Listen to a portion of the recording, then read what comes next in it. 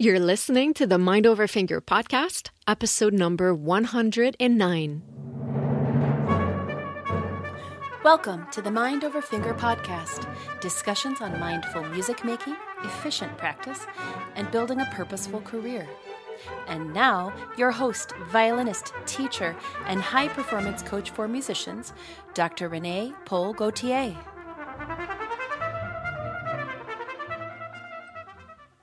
Hi, everyone. I hope this episode finds you doing amazingly well.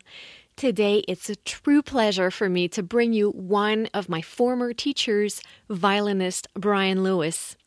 Described as one of the most versatile and charismatic violinists today, Brian is an exceptionally dedicated and gifted performer whose passionate artistry has been heard and embraced around the world.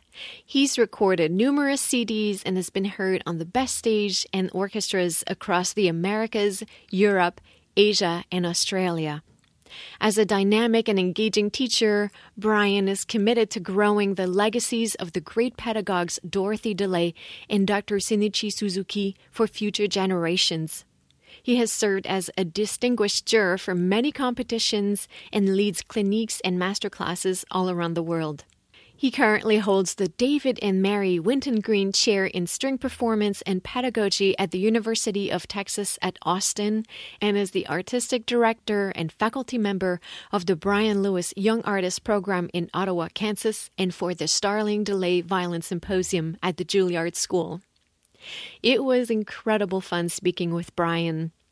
In our conversation, he shares incredible insight on how keeping your mind open and having the ability to adapt will move you forward, how the secret to focus is all about refocus, the importance of kindness in teaching, ways music majors can get the most out of their college education, wisdom from his teacher Dorothy DeLay on pedagogy. He also shares thoughts on what made Ms. DeLay so effective as a teacher, and he talks about the healthy practicing habits her students developed, and so much more. I'm convinced that you're going to find a wealth of inspiration from what Brian shares with us today, and I know you will like this discussion as much as I did. Let's go to the show.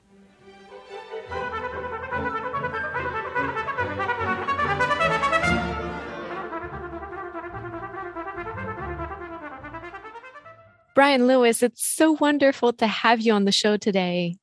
Thank you so much. It's my pleasure to be with you, Renee. Brian, you're celebrated both as a performer and a pedagogue, and you're equally excellent at teaching the very young beginner and the very advanced college students.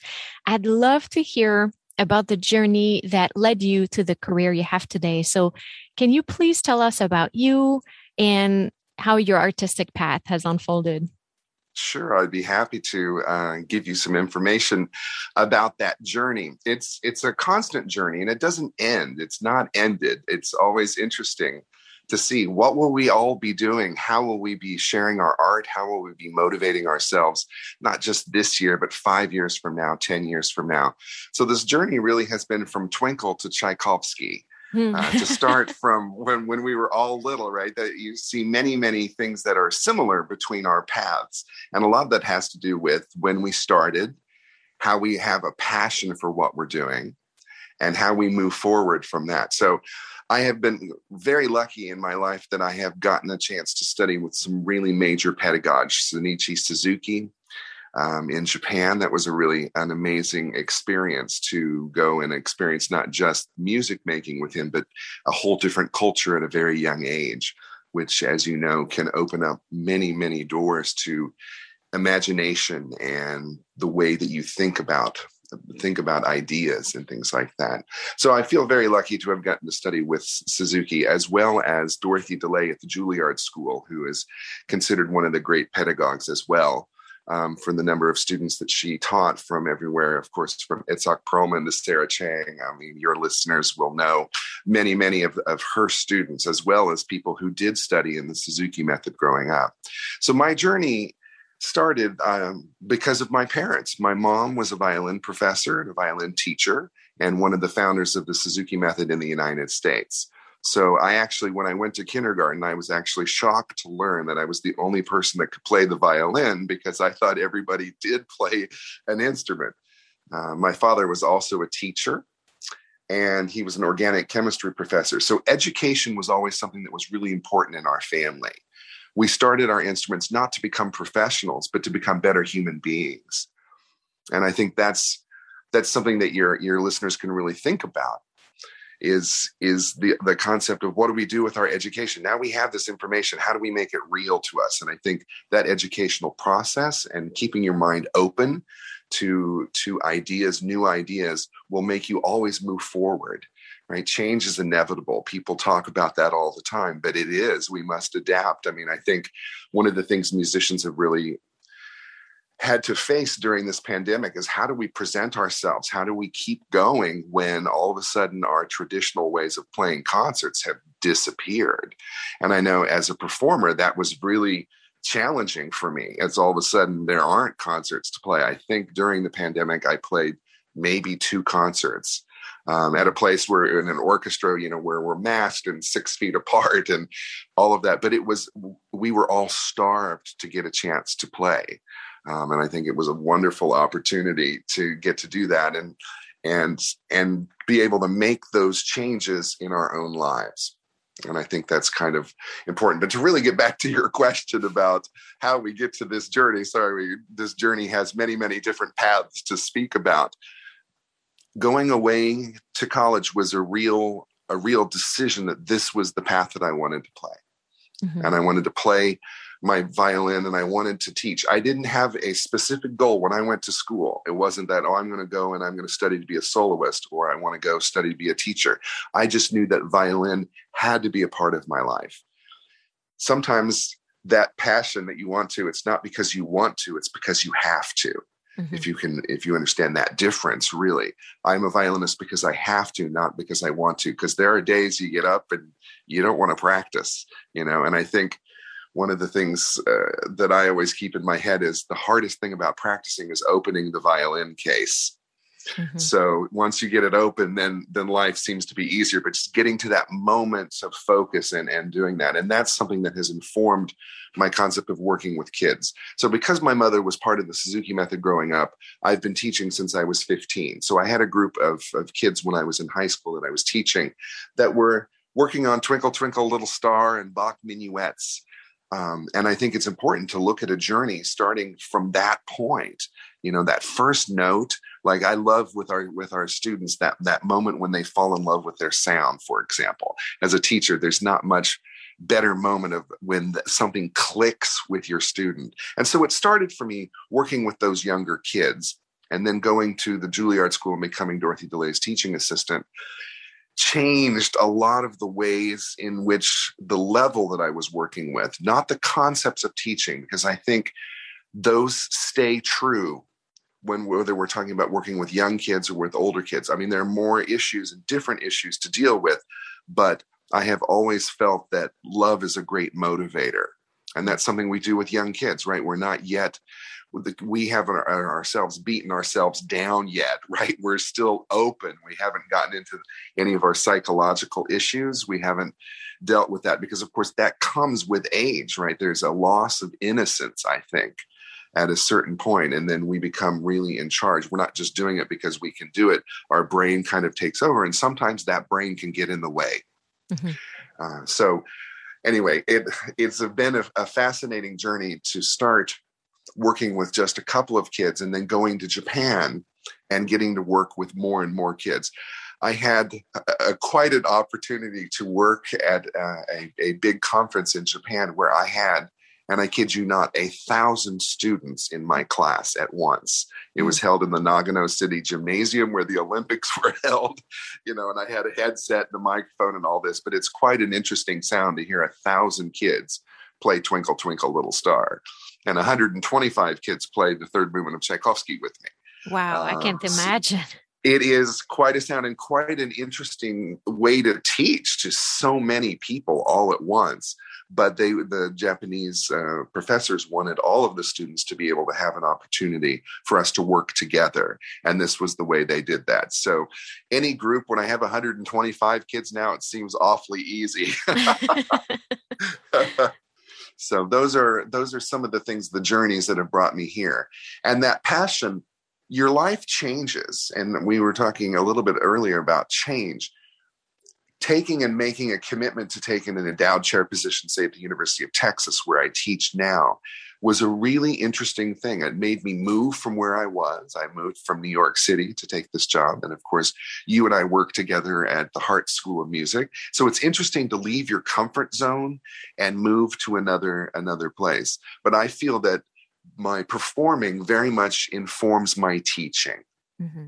They're talking about that journey. So with every note that you're practicing and getting into your head and into your fingers helps you in your teaching. That journey, if you have taken it yourself, can be helpful. Now, you don't necessarily need to have played all that repertoire. That's something that Dorothy DeLay spoke to me about. I said to her, okay, what happens when you have to teach a piece you've never played? And she said, honey, teaching those great concepts are the great concepts, whether you're talking about Corleone Sonata or whether you're talking about Mendelssohn Violin Concerto. And of course, she said, and pretty soon you only have the first time once. Mm-hmm. And I thought that's actually a really good point. So the next time the Corleone Sonata, and that was one of the first pieces I had to teach at Hart that I had not studied. Now, of course, when I ever was teaching a piece that I did not know, I would go home and learn it. Mm-hmm. So I did go home and go through that process. But so it was an interesting thing to go through the process at the same time with my student. So that was informative to me as a teacher to see we don't need to know how to play that piece, but we know how to teach great tone. We know about intonation. That applies from Mendelssohn Concerto to Corleone Sonata, to find the passion and to find the individual language that we're looking at for music. And I use Mendelssohn because it's such a beautiful language that he has. And Corleone too, we start to get into contemporary composers. Living composers. And I think it's quite fascinating to see the language that they choose, because there's so many, by the time we get into the 20th century, there's so many paths to this type of expression for composers. And we as performers get into that world and figure out how to bring forth the music in a way that communicates things well to our audience. And that can be challenging in contemporary music, but it can also be challenging in Mozart. Mozart, for example, something that we struggle with about what is that language? What's too much? What's not enough? What is just right? Said Baby Bear. We're looking for just right. And that is one of the goals that we have. So anyway, this journey has led me from training myself as a performer and then being able to share that information and knowledge on many levels. We'll go back to Japan in March and we'll have the same thing. And it's a small workshop. Again, it's about 100, 125 kids. And we work together for hours a day, hours and hours and hours. If anything, it has shown me that my concentration can be longer. It can be better. But of course, with concentration, you must take a time to allow your brain to rest and then refocus. So being successful in teaching and performing isn't just being able to focus, it's being able to refocus. Mm-hmm. One of the interesting conversations I had once with Dorothy DeLay was about focus, because I was concerned that I couldn't practice 5 hours a day. Mm-hmm. I could practice 4 hours and 45 minutes before my brain would be thinking like, what's for dinner, or where was I going to meet my friends, or were we going to see a movie? What were we going to do after we did all of our practice? And I was really concerned about it. Well, first of all, she told me, well, honey, if 4 hours and 45 minutes is your concentration, then that's plenty. You don't have to because I would make myself practice this extra 15 minutes. And it was just because I was what I was assigned, but it was bad practice. It was a waste of time. Mm-hmm. And so her conversation with me was, well, honey, how long can you concentrate? And I thought, 5 minutes. That's as much as I can give you. And she said, you can concentrate that long? And I looked at her and said, what on earth do you mean? 5 minutes isn't long. I said, how long can you concentrate? She said, 1 minute. about 1 minute of true, real focus, 1 minute. She said, Brian, it's really about being able to refocus. And I thought that is a really excellent, that was my lesson for the day. I kept copious journals so I can go back now and look at that and look at some of the conversations that we had, which is helpful by the time you get to be into my age bracket. You want to be sure that you're remembering things correctly. Right. This is fascinating. You've shared with us so many important concepts and so many things I'd like to unpack. But since you've mentioned Dorothy DeLay, and I know you're committed to growing her legacy for future generations, I mean, she's such a legend. And I'm sure the listeners, like myself, are really curious to hear more about Miss DeLay and her teaching approach. So can you please satisfy my curiosity a little bit? I would be happy to. Dorothy DeLay was a very caring person. She cared about each of her students. You didn't have to be people that already have careers, Sarah Chang, Gil Shaham, all of these, Midori, all of these people that you go to school with and you're playing in a master class with. But when you stood up in front of her, you were the most important person in her life. And that alone really made us feel empowered. And I think that's a word that all of my great teachers did. They empowered me to be able to move forward, to understand what I was doing, to find something greater than myself in our music. So our lessons were very positive, and even the criticism that she would give us was always couched in positivity. So if we played something out of tune, where you and I might say to somebody, your C sharp is a little higher flat, she would say to us, honey, well, your concept of C sharp differs from mine. She would say to us, and all of a sudden there's no judgment, right? So she's trying to take away judgment in our playing to be able to look at it and say, okay, well, we want to get C sharp in tune. Because oftentimes people think, I have bad intonation, I must be a bad person, right? They associate some of those mental things that we start to mess around when something's not working. And so she would say to me also that would encourage me very, very much. Well, honey, this is how Perlman thinks about it. We're talking about up-bow staccato. Well, this is how Perlman's hand is, and this is how Nadja Sonnenberg's hand is, and this is how Midori hand is. There are many ways to do it. You've got many possibilities. Which way would you like to do it?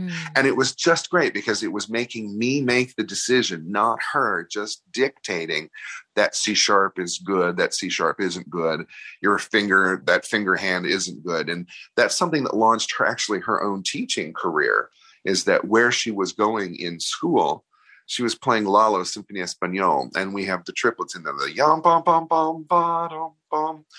Well, her teacher said, you have bad triplets. And so she's like, okay. She goes, go home and fix them.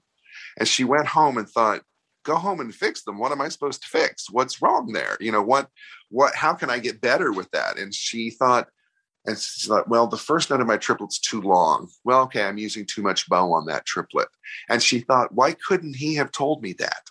Why couldn't he have said that? And that launched her into her thinking that we're not just born with an ability and that's it, right? If you're not born, quote unquote, born with whatever we're thinking that they're born with.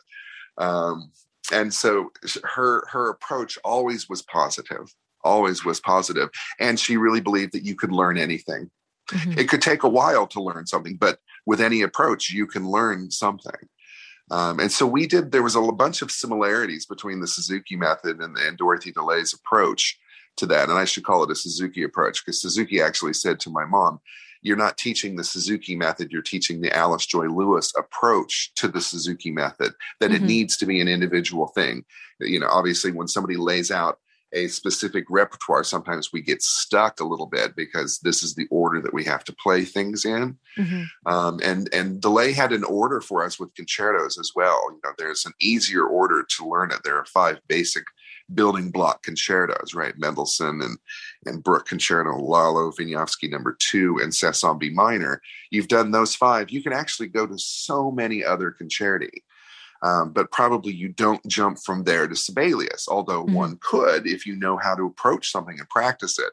Because I had asked her about Tchaikovsky concerto because she had put it in my order of concertos.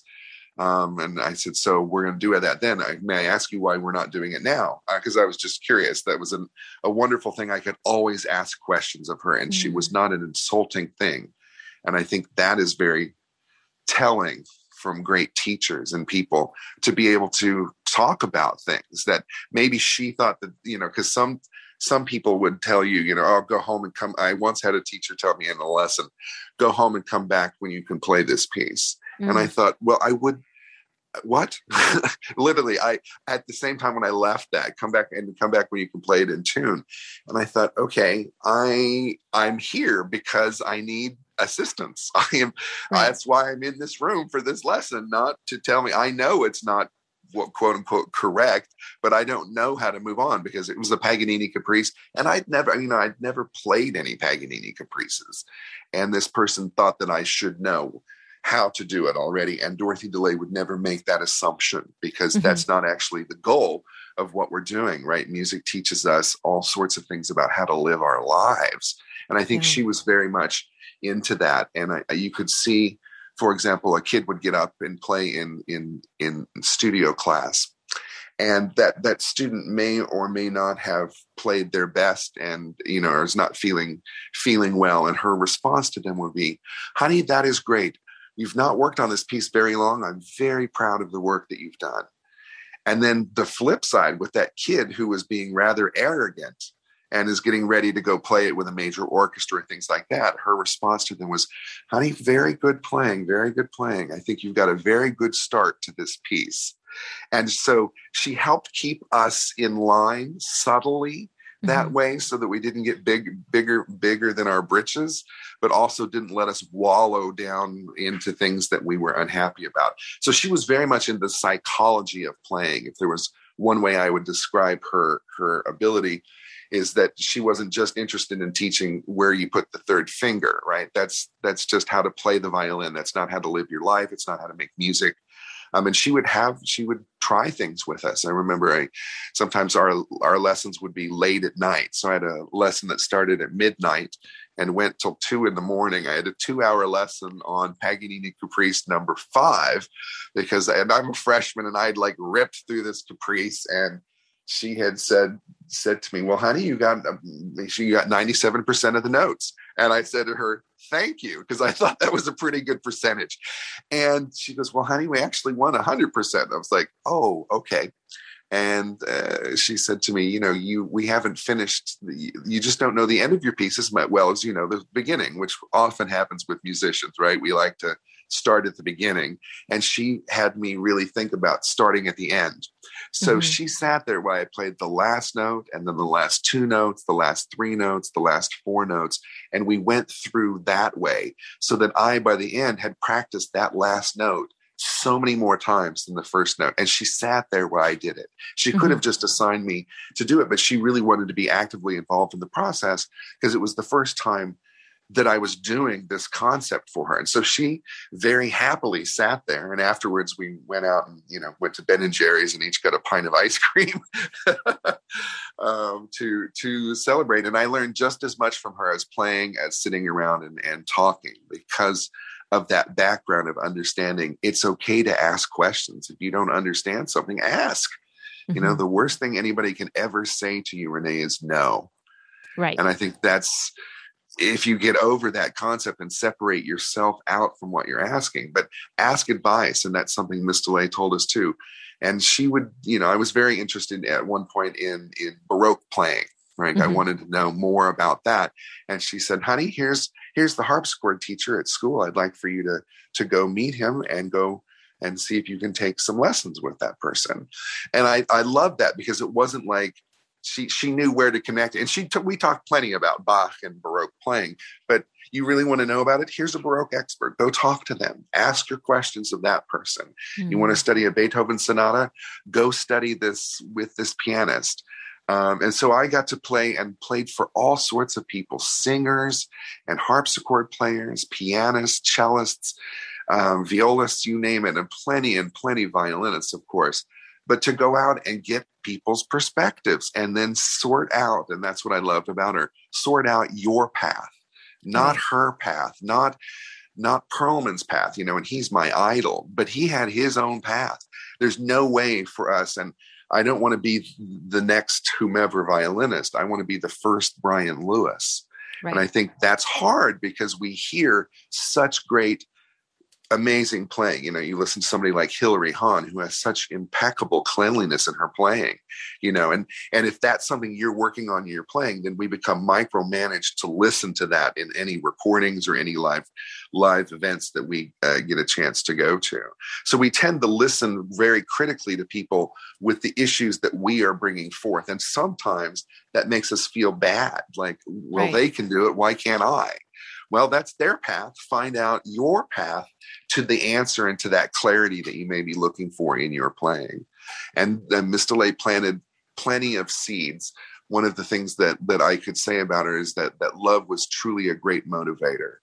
And, fear and love are equally the same motivator until you're not afraid of that person. And once you're not afraid of that person, there is no motivation. Right. So that type of teaching where you're yelling at your student that that's not right, go home and come back when you're prepared doesn't serve anyone well. Even for the teacher, it doesn't make them want to. It makes me question what they want to be teaching to me. Is it just simply where to put that third finger, or is there something greater in my music making or in the way that I approach my life and practicing and my mental health?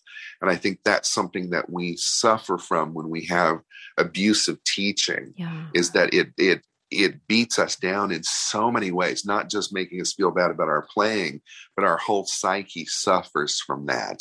And I think oftentimes people are recovering from the teaching that they received, which is a terrible sentence to say, but actually very, very true. I'm so happy to hear you say this, because this is so much of the work that I do with the clients that I have now in my coaching, is that we spend a lot of time on doing the effect of trauma from past experiences. And a lot of times the trauma comes from a difficult relationship with teachers.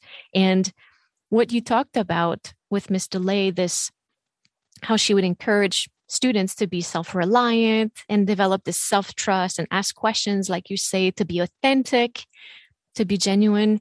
It is such a great gift. And I love that you use the word love, because it's so true. What better motivator? Absolutely. Absolutely. And then you love that person. Like, I loved my teacher. Mm-hmm. I loved Dorothy DeLay. She was such a great person. And she grew up in Kansas and I grew up in Kansas. So it was a little bit like studying with my grandmother. At times, I remember my first lesson, I walk in and she said, "Honey, would you like a clove?" And I'm like, "Excuse me?" And she gave me a clove and we sucked on cloves, which is a very, very old-fashioned thing to do. But it was great. And she called everybody sugar plum. I mean, she never raised her voice to me. She was unhappy with me once, but that was because I needed, and it had nothing to do with my playing and everything to do with a reaction that I had to her. That was, I would say, probably, like, I would be unhappy with it as a teacher as well. But even then, what she did is she said, "Honey, that's okay." And she lowered her glasses and said, "But never let that happen again." And that was and it was very powerful. And then she was not cold to me, but not 100% open for about a week. And later in life, we talked about it. And she said that was an on-purpose thing to let you know that there is behavior that's good and behavior that's not. I had written down in her calendar 5 people for her class, and she had written down 5 people. So there were 10 people in the class. Part of my job was to schedule her, which was a very challenging job. I'll tell you for sure, because of her life, her own life. And so I had written, she said, how did this happen? And I took her calendar and said, "I scheduled 5 people and you scheduled 5 people and you're going to teach every damn one of them." And I threw the calendar on her desk and it flew up and hit her in the chest, and I walked out of the room and instantly I was like, "Oh my gosh, what have you done?" So I went back literally on bended knee and said, "Miss DeLay, I am so sorry. I'm just frustrated with you that I'm here to help you and you're not letting me do my job, which is to help you." And that's when she said, "Well, that's okay, honey, but never let that happen again." And I remember, I think it's the only time I said to her, "Yes, ma'am," because it was like as formal as we could be, because teachers have that power to help adjust. But, that was in such a nice way. She could have said, "I can't believe you did that," Or, and as things go, she was like, it wasn't that big of a deal at all. It was to me, because of course I had a reaction to somebody who I didn't mean to react that way. I didn't want to react that way. And she helped adjust my thinking, like, don't do that again. Okay, yeah. I won't. As opposed to, a different reaction that she easily could have had about me being frustrated and raising my voice a little bit at her. So anyway, I feel blessed. Another thing that I'm curious about is some of those habits that her successful students developed, or maybe some of the habits that she encouraged them to develop. What do you think set them apart in terms of practicing habits, work ethic, those type of things? Well, I think one of the greatest things that I learned from her is how to get organized in my practicing. So if we're just talking just sheerly from that standpoint, she was very specific that you had an hour that you practiced solo Bach, you had an hour that you did etudes. She wrote it down, we did an hour of scales and an hour of technique. So those were two separate issues, right? So playing your scales in the morning is going to be different than practicing your vibrato every day. Mm-hmm. And so she would even give us assignments for 8 minutes for this bow stroke, 8 minutes for that bow stroke. She helped keep us on task, knew what we needed to work on as a violinist, and then moved that way. So she had a 5-hour practice day, which was a recommendation. It wasn't a requirement that you have to do 5 hours a day, but the way that she divided everything up, to practice a bouncy stroke, she would say. And it was interesting. I'd ask her, so what's the difference, what's the difference between sautier and a different bow stroke? And she goes, well, a little bit of how you hold your hand and do this. She said, but honey, one is a bouncy stroke, one is a stopped bow stroke, one is a long bow stroke. So she got it down to its simplest form so that we're not trying to be overcomplicated. And I think sometimes teachers want to prove how much they know to their students. So they're not teaching them specifically where they are. And because they don't see where they're going, they're just taking that moment to do it. Mm-hmm. So some of the other habits that Dorothy DeLay wanted us to acquire were the ability to listen, right? Because the people, I say to my students, the people with the most ability are the people with the fastest ears, not the fastest fingers, because you can learn how to play fast with your fingers. But if you can hear something, you can change it. If you can change it, you can be a great musician. So she had us listen. She had us go to concerts. She did a lot of what I would call to my students sound modeling. Mm-hmm. Go listen to the great violinists. Go hear Annie-Sophie Mutter play. Okay, that's a motivator, right? It's motivating to me to go hear excellent playing, to hear playing at the absolute top of their profession. So she would have us do that. She would also have us listen to the pieces that we were working on. And that's something that's very similar between the Suzuki method. He really wanted us to do a lot of listening because that's an easy way for you to become familiar with the notes. Now, you may hear some people say, okay, you're going to copy people. Well, wouldn't it be great to be influenced by David Oisterach? I mean, I think that is so great to be influenced by these great people that have come in the past. Ms. DeLay also had us do review, which is very similar to what Suzuki did. Just because you've played a piece once doesn't mean you're never going to play it again. You get it back out. I studied Mendelssohn Concerto 6 times with her because I was always getting ready to go play it again somewhere. And we would study it again and go deeper and deeper into the music. So to understand that first study that you do, you're going to work real hard. You're going to get as many details as possible, but you're going to put it down and get it out again. And you'll have the opportunity to go even farther because we have to let ourselves absorb it, our hands to absorb it, our head to absorb it, and then put it down and get it back out. So when we would go do a competition, one of the reasons lots of our kids were so successful in competitions, you didn't stand up and play your new piece. You stood up and played your polished piece, right? Which means something that you have studied before and done a lot of details with. So second studies were very important for her. So it was a process. It wasn't just one and done, right? It's being able to study it a couple of times or 3 times or 4 times. And that allows us to get beyond some of the mental issues that we have. Hopefully we are working to transcend our technique because once you do that types of transcending, you're able to, in your brain, think about other things. And sometimes, even myself, and I work on it as well. Every now and then I still get into a mental battle with myself when I'm playing. That's that passage that's coming up, and I won't swear the word that actually is in my head, but it says, don't mess this up. Mm-hmm. And you're thinking that is a terrible thing, because the word that I'm leaving in my head is mess up. It's the difference when you're speaking to a student to say, if you say to a kid, don't run, all you're doing is telling them run. You leave that you're not making a change, as opposed to saying, please walk. Mm-hmm. Great. Now we're saying the same thing, but in a different way. And please walk gives you the action word with which you want to move forward, not just don't do something or do something. Such great wisdom. I love this. Brian, this month on the podcast, I'm curious about the elements that can help students on the path to a musical career have a fulfilling experience while pursuing, let's say, college education in music.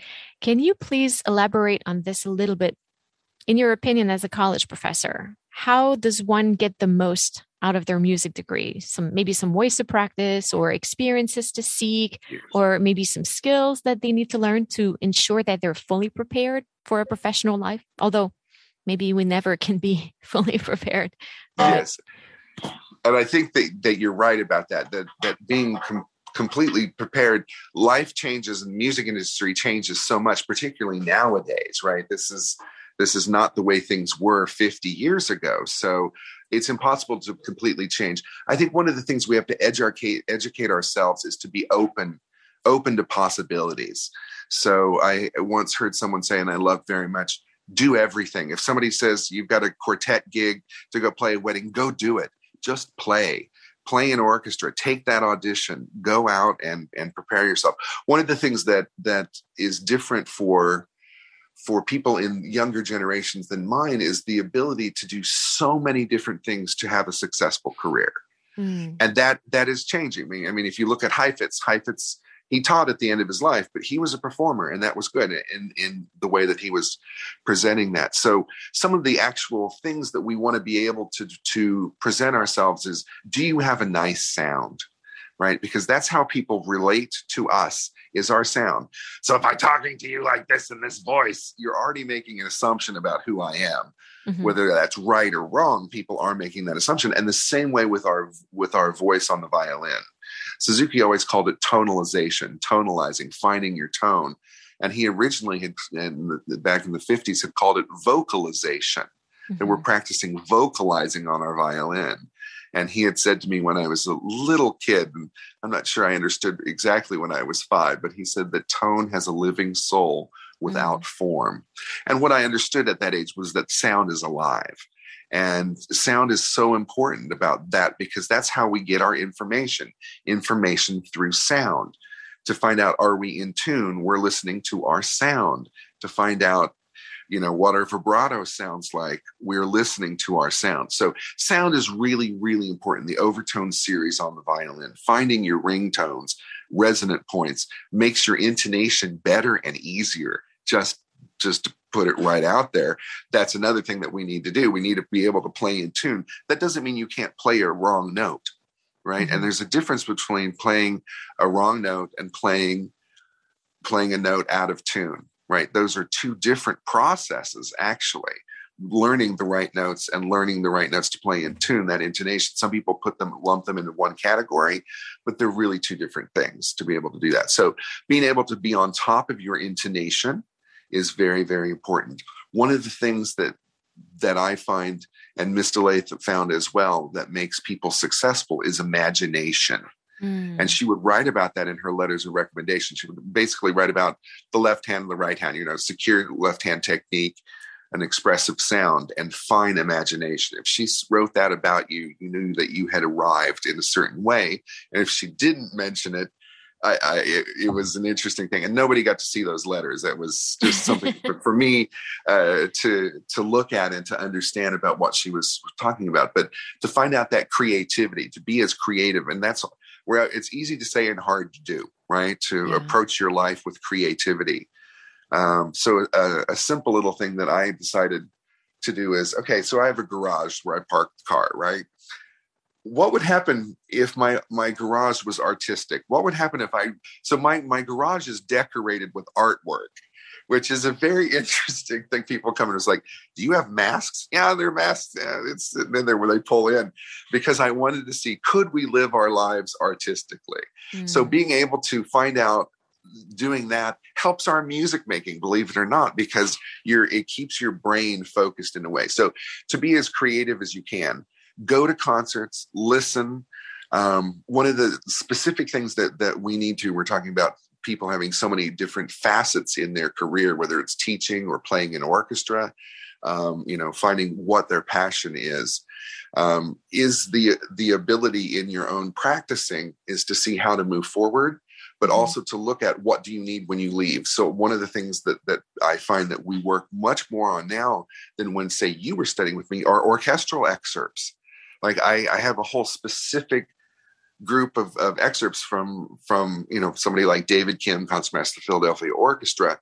I've talked to these great concertmasters. Okay, if I were to teach 10, what would they be? If I were to teach 5, what would they be?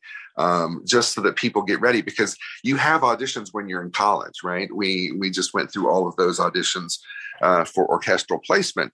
And of course, a lot of that, if we have never known how to approach an excerpt, for example, that's challenging, but that's a skill that people need to have.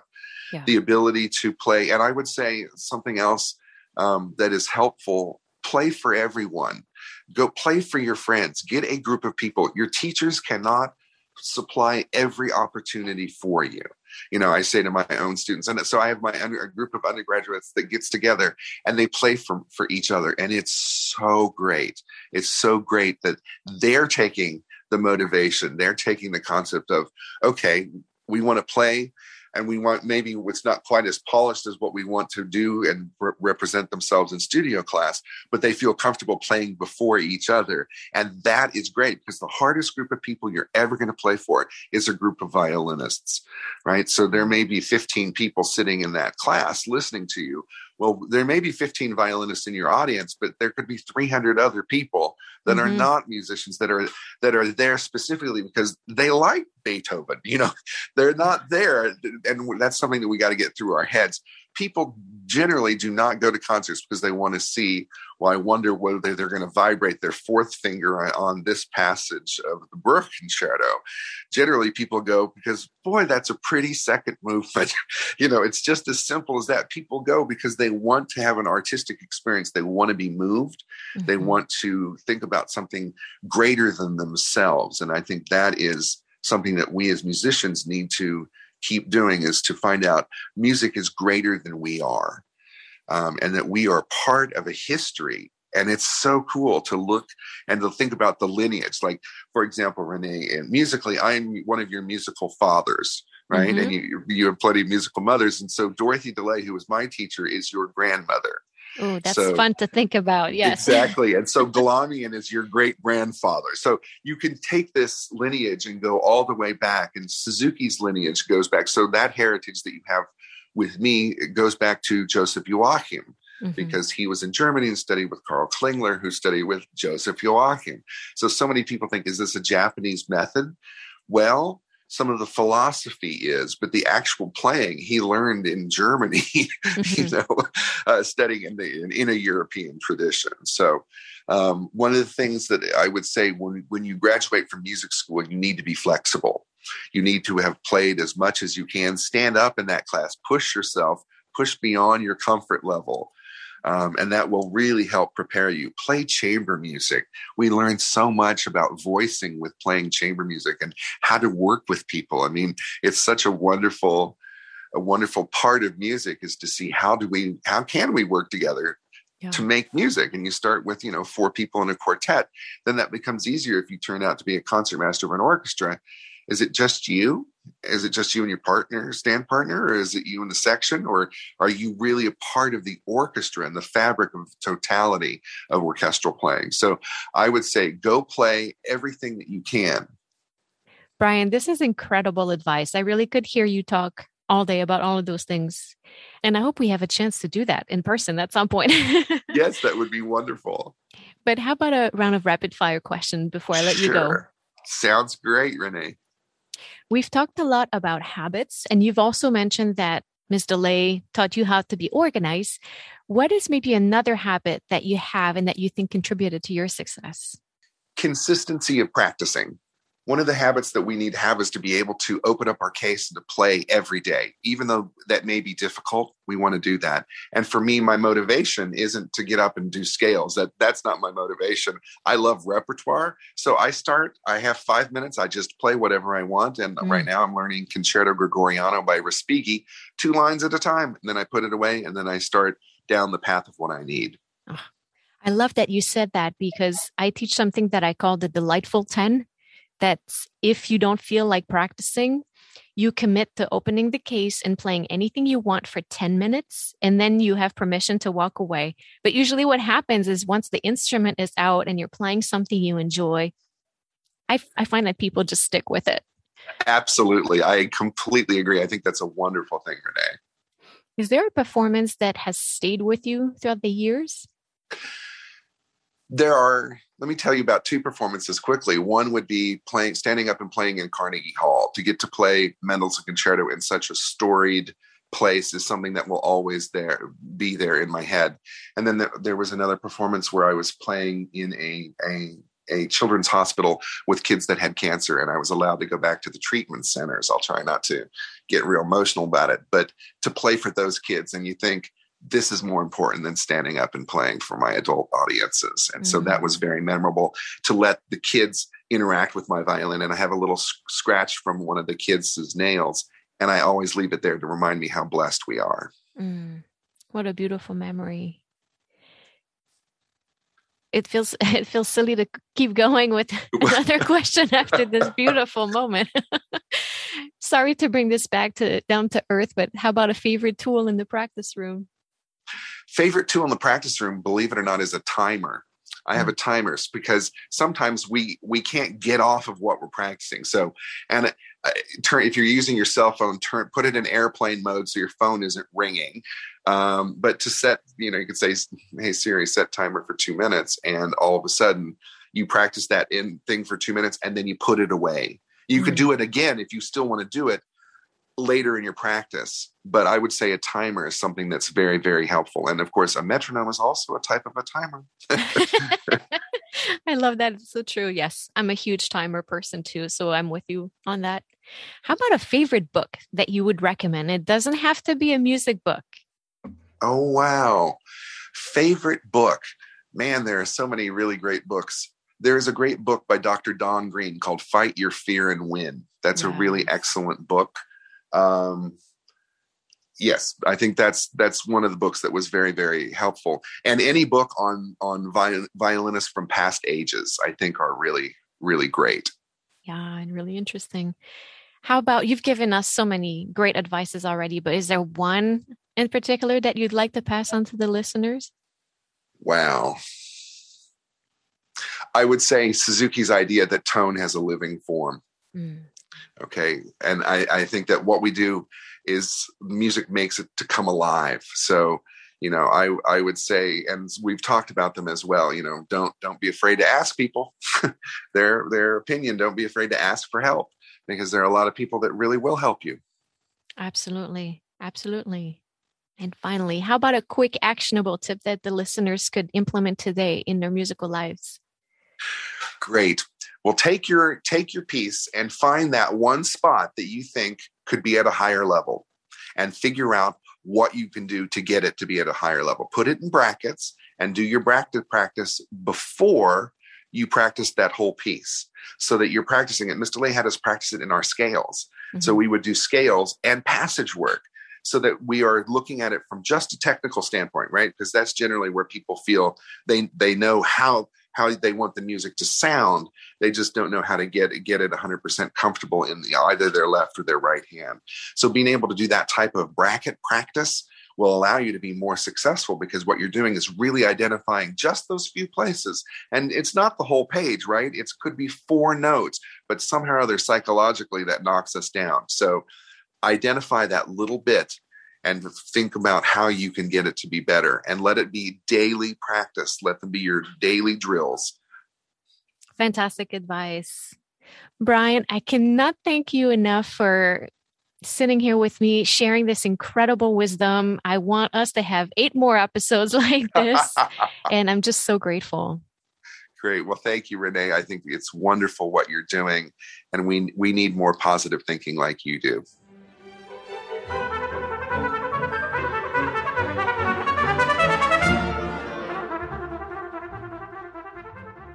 Thank you guys so much for listening. I hope you enjoyed this chat with Brian Lewis. There's so much I resonated with in this episode. I really appreciated the reminder that focus is not something we have to expect to last a long time and beat ourselves up when it seems to be fleeting. It's something that we recommit to every minute. In the same way that we do in meditation, or the same way that we remind ourselves to be present during our practice sessions, focus is something that we consciously manage. An analogy I like to use for things like focus is the difference between a train on tracks and a car on the highway. Focus and concentration in practice are not like a train moving forward on tracks. They're not immutable and rigid. Navigating focus in our work is like steering a car on the highway. We consciously keep it between the painted lines.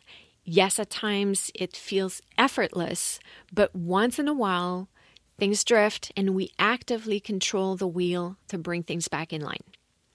I also love his actionable tip about bracket practice, and I'd love to know what you think about it, if you've tried it, and how it worked for you. So join me on Friday, October 15th at 10 a.m. in the Mind Over Finger community for a discussion on this topic and to ask me any question you have about practicing, performing, and creating a meaningful musical experience. You can find the community at facebook.com/groups/mindoverfinger. And if you relate to this conversation, don't forget to share with everyone you think could benefit from Brian's wisdom. Now, if you're looking to take your practicing and performing to the next level, I have something for you. As I've shared with you in the last episodes, Practicing for Peak Performance, my performance preparation workshop, is now available for download. If you're looking for a process that works and that will allow you to enjoy more efficient practice sessions, gain confidence, and perform at your best, check out Practicing for Peak Performance at mindoverfinger.com. When you join Practicing for Peak Performance, you gain access to all the recorded content. That's over 7 hours jam-packed with information, guidance, and effective high-performance systems. You get detailed handouts and worksheets, access to the PPP Facebook group community for support and answers to all your questions, and for a limited time, a complimentary private 30-minute coaching session with me. Carmen Peluso, a participant in Practicing for Peak Performance, has this to say about the program. For a long time, I've had this belief that learning an instrument is difficult and hard work, or that it has to be, and there's no other way. Only a few weeks after PPP, I'm starting to feel that change. My everyday practice sessions are now filled with freedom and ease. So if that sounds like the kind of results you'd like to experience, head to mindoverfinger.com right now and access all the tools that will help you transform your practice, gain confidence in your process, and start performing at your best today. As always, I'll have all the information related to this episode in the show notes. You can find them via your podcast app or by visiting mindoverfinger.com. While there, you can also find more information about mindful and efficient practice, performance preparation, and how to work with me. And don't forget to sign up for my newsletter to receive your free guide to a productive mindful practice using the metronome. So that's it for today. Again, thank you, and à bientôt.